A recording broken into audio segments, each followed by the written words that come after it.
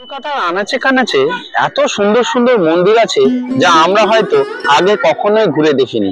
তাই আজকে আপনাদের এই কলকাতার কাছে কিছু মন্দির ঘুরে দেখাতে চাই। আমরা চলে এসেছি গৌরীবাড়ির কাছে কিছু জৈন মন্দির। এখানে রয়েছে মোট 4টি সুবিশাল এবং সুন্দর মন্দির। আপনাদের আজকে এই মন্দিরগুলিকে ঘুরে দেখাবো আর এই মন্দিরগুলি সম্বন্ধে যা তথ্য সেগুলি আপনাদের জানাবো। চলুন, আশা করছি আপনাদের খুব ভালো লাগবে, সঙ্গে থাকুন। উত্তর কলকাতার কোণে কোণে ছড়িয়ে আছে অনেক সুন্দর মন্দির এবং পুরনো ইতিহাস। উত্তর কলকাতার পরেশনাথের মন্দির হলো জৈন ধর্মের মানুষের কাছে একটি তীর্থস্থান। সব ধর্ম সমন্বয়ে গঠিত এই কলকাতা, আর তারই মধ্যে রয়েছে এক জৈন মন্দির। চলুন আজকে আপনাদের নিয়ে যাব সেইখানে। গৌরীবাড়ি লেন থেকে ঢুকে গেছে এই গলি, আর এই গলি পৌঁছে দেবে পরেশনাথ মন্দিরে। এই গলির দুধারে দেয়ালে নির্মিত রয়েছে যে জৈন ধর্মের বিভিন্ন কাহিনীগুলি, আর সুন্দর রঙে সুন্দরভাবে ফুটিয়ে তোলা হয়েছে সেই কাহিনী। আজকে আপনাদের বলবো কোথায় এই মন্দির, কখন খোলা থাকে, কিভাবে আসবেন, সমস্ত তথ্য।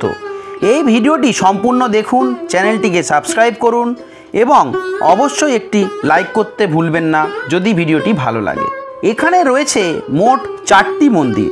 সেগুলি হলো শীতলনাথজির মন্দির, আর রয়েছে চন্দ্রপ্রভুজির মন্দির, তার পাশেই রয়েছে দাদাওয়াড়ির মন্দির, এবং একদম শেষে যেটি রাস্তার কাছেই সেটি রয়েছে মহাবীর স্বামীর মন্দির। এই সমস্ত মন্দিরগুলিকে আজকে আপনাদের ঘুরে দেখাবো। এই হলো শীতলনাথজির মন্দির।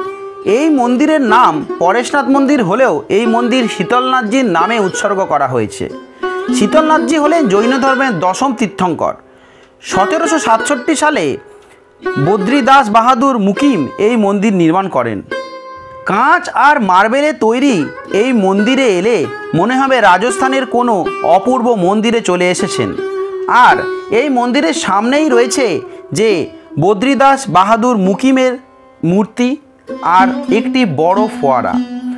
এই ফোয়ারা থেকে এগিয়ে গেলেই দেখা যাবে একটি বড় জলাশয়। সেই জলাশয়ে রয়েছে অনেক মাছ এবং অনেক কচ্ছপ। এটি হলো এই মন্দিরের ভিতরেই দিগম্বর মন্দির। এটি সকলের জন্য খোলা থাকে না, তবে শ্বেতাম্বরদের জন্য যে মন্দিরটি আগে দেখলেন কাঁচ ও মার্বেলের তৈরি, এটি সব সময়ের জন্য খোলা থাকে আর সবাইয়ের জন্য খোলা থাকে। মন্দিরটি উত্তর কলকাতায় গৌরীবাড়ি এলাকায় অবস্থিত। হাওড়া বা শিয়ালদা থেকে বাস গৌরীবাড়ি বা খান্না নেমে এই মন্দির 5 মিনিটে পৌঁছে যাওয়া যায়। মেট্রোতে এলে শোভাবাজার বা শ্যামবাজার নামলে বাস বা অটোতে এখানে পৌঁছে যেতে পারবেন। খান্নার যে 4 মাথার মোড় রয়েছে সেই মোড় থেকে 5 থেকে 6 মিনিটের হাঁটা পথে এই মন্দিরে পৌঁছে যেতে পারবেন। এই হচ্ছে সেই জলাশয় যেখানে রয়েছে অনেক বড় বড় মাছ এবং কচ্ছপ। চারপাশে বসার জায়গা রয়েছে যেখান থেকে এই মাছগুলিকে উপভোগ করা যাবে। দেখে বাচ্চারা খুবই আনন্দ পাবে এই মাছ আর কচ্ছপ দেখলে। এই পরেশনাথের মন্দিরের পাশেই রয়েছে চন্দ্রপ্রভুজির মন্দির। 1897 সালে এই মন্দির প্রতিষ্ঠিত হয়। একটি বড় রাজবাড়ির মতো দেখতে এই মন্দির, অপূর্ব, আর চারদিকে গাছগাছালি দিয়ে ঘেরা, আর মন্দিরের সামনে 2টি বড় বড় সিংহ এটিকে একটি রাজবাড়ি করে তুলেছে।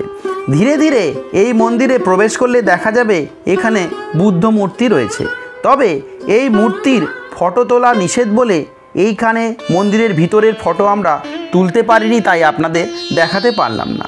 কিন্তু শান্ত পরিবেশে এই সুন্দর সিঁড়ি বেয়ে মন্দিরের ওপরে গিয়ে কিছুক্ষণ বসলে মন ভালো হয়ে যাবে বলে আমি মনে করি। ধীরে ধীরে পায়ে পায়ে উঠে গেলাম এই মন্দিরের উপর, তবে মন্দিরের ভিতরে ছবি তোলা নিষেধ। অপূর্ব গঠনশৈলী, পুরনো রাজবাড়ির ধাঁচে তৈরি এই মন্দির মুগ্ধ করলো আমাকে, আর এর শান্ত পরিবেশ আরও মুগ্ধ করলো আমাকে এখানে কিছুক্ষণের জন্য বসে থাকতে। এই মন্দির থেকে বেরিয়েই রাস্তার উপরে রয়েছে দাদাওয়াড়ির মন্দির এবং মহাবীর স্বামীর মন্দির। মহাবীর স্বামী ছিলেন জৈন ধর্মের 24তম শেষ তীর্থঙ্কর। এই মন্দিরের ভিতরেই রয়েছে 2টি মন্দির। চলুন আমরা ধীরে ধীরে মন্দিরের ভিতরে প্রবেশ করি। অপূর্ব এই মন্দিরটি রাস্তার উপরেই অবস্থিত। ধীরে ধীরে মন্দিরে প্রবেশ করলে দেখা যাবে যে একটি রাজস্থান ঘরানার অপূর্ব মার্বেলের তৈরি মন্দির, যেখানে আসলে মনে হয় যেন রাজস্থানে প্রবেশ করছি, রাজস্থানের কোনো সুন্দর মন্দিরে প্রবেশ করছি। সাদা এবং কালো যে মার্বেল দিয়ে তৈরি এই মন্দির, এই প্রবেশপথ দিয়ে ঢুকলে দেখতে পাওয়া যাবে সাদা রঙের মার্বেলের একটি অপূর্ব মন্দির, আর ওই মন্দিরটি দাদাওয়াড়ির মন্দির, যা আমরা সামনে দেখতে পাচ্ছি। মন্দিরের দুধারে রয়েছে তৈরি অনেক থাকার জায়গা, যা হয়তো জৈন ধর্মের মানুষরা এখানে এসে থাকতে পারে। এইগুলি হলো ধর্মশালা, যেগুলিকে দেখলে অদ্ভুত রাজপ্রাসাদের মতো দেখাচ্ছিল। সন্ধ্যের নামার আগে এই যে অপূর্ব আলোতে এই মন্দিরটি আরও অপূর্ব হয়ে উঠেছিল আমাদের সামনে। আর আমরা ধীরে ধীরে এগিয়ে চললাম এই মন্দিরের সামনে। মন্দিরটি সম্পূর্ণ সাদা শ্বেত পাথরের তৈরি এবং ভিতরে রয়েছে মূর্তি। এই মন্দিরের ভিতরেও ফটো তোলা নিষেধ। অবশ্যই আপনারা নিজে এসে এই মন্দির দর্শন করে যাবেন, আশা করছি খুবই ভালো লাগবে। দেখুন কি সুন্দর অপূর্ব মার্বেল এবং সাদা আর কালো সংমিশ্রণে তৈরি এই মন্দির, যা চারদিক থেকে অপূর্ব দেখতে লাগছিল। আমরা ধীরে ধীরে মন্দিরের চারপাশটিতে একটু ঘুরে দেখলাম এবং আপনাদেরও যতটুকু পারি দেখানোর চেষ্টা করলাম। এই মন্দিরের ভিতরে রয়েছে কুশননাথজির পদচিহ্ন, আর এই কুশননাথজির পদচিহ্নকেই এখানে পূজা করা হয়।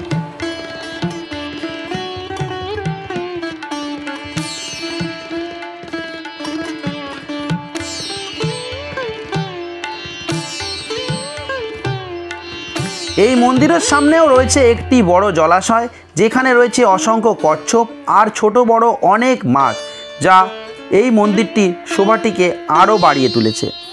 আর এই মন্দিরের শেষেই বাগানের পরে একটি বড় দরজা রয়েছে। সেই দরজা থেকে বেরিয়েই আমরা পৌঁছে গেলাম মহাবীর স্বামীর মন্দিরে। আগেই বলেছি, মহাবীর স্বামী ছিলেন জৈন ধর্মের 24তম এবং শেষ তীর্থঙ্কর। এই মন্দিরটিও অপূর্ব।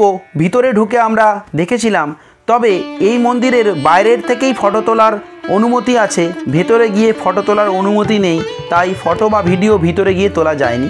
তবে আপনারা আসলে অবশ্যই মন্দিরের ভিতরটিতে ঢুকে দর্শন করে আসবেন। এখানে রয়েছে মহাবীরের এক অপূর্ব মূর্তি। মন্দিরের সামনে রয়েছে বারান্দা, আর বারান্দাটি সুন্দর চারদিকে রেলিং দিয়ে ঘেরা, আর পাশেই রয়েছে বাগান, যেখানে রয়েছে অনেক গাছগাছালি। বিকেলের দিকে এলে অবশ্যই আপনাদের খুবই ভালো লাগবে। আর এই সুন্দর চারটি মন্দির দিয়ে শেষ করলাম আজকের আমাদের এই ছোট্ট প্রয়াস। আশা করছি আপনাদের খুবই ভালো লেগেছে। অবশ্যই সঙ্গে থাকবেন আর পাশে থাকা বেল আইকনে ক্লিক করবেন এবং চ্যানেলটিকে অবশ্যই সাবস্ক্রাইব করবেন এরকমই সুন্দর সুন্দর নতুন আরো ভিডিও পাওয়ার জন্য। ধন্যবাদ।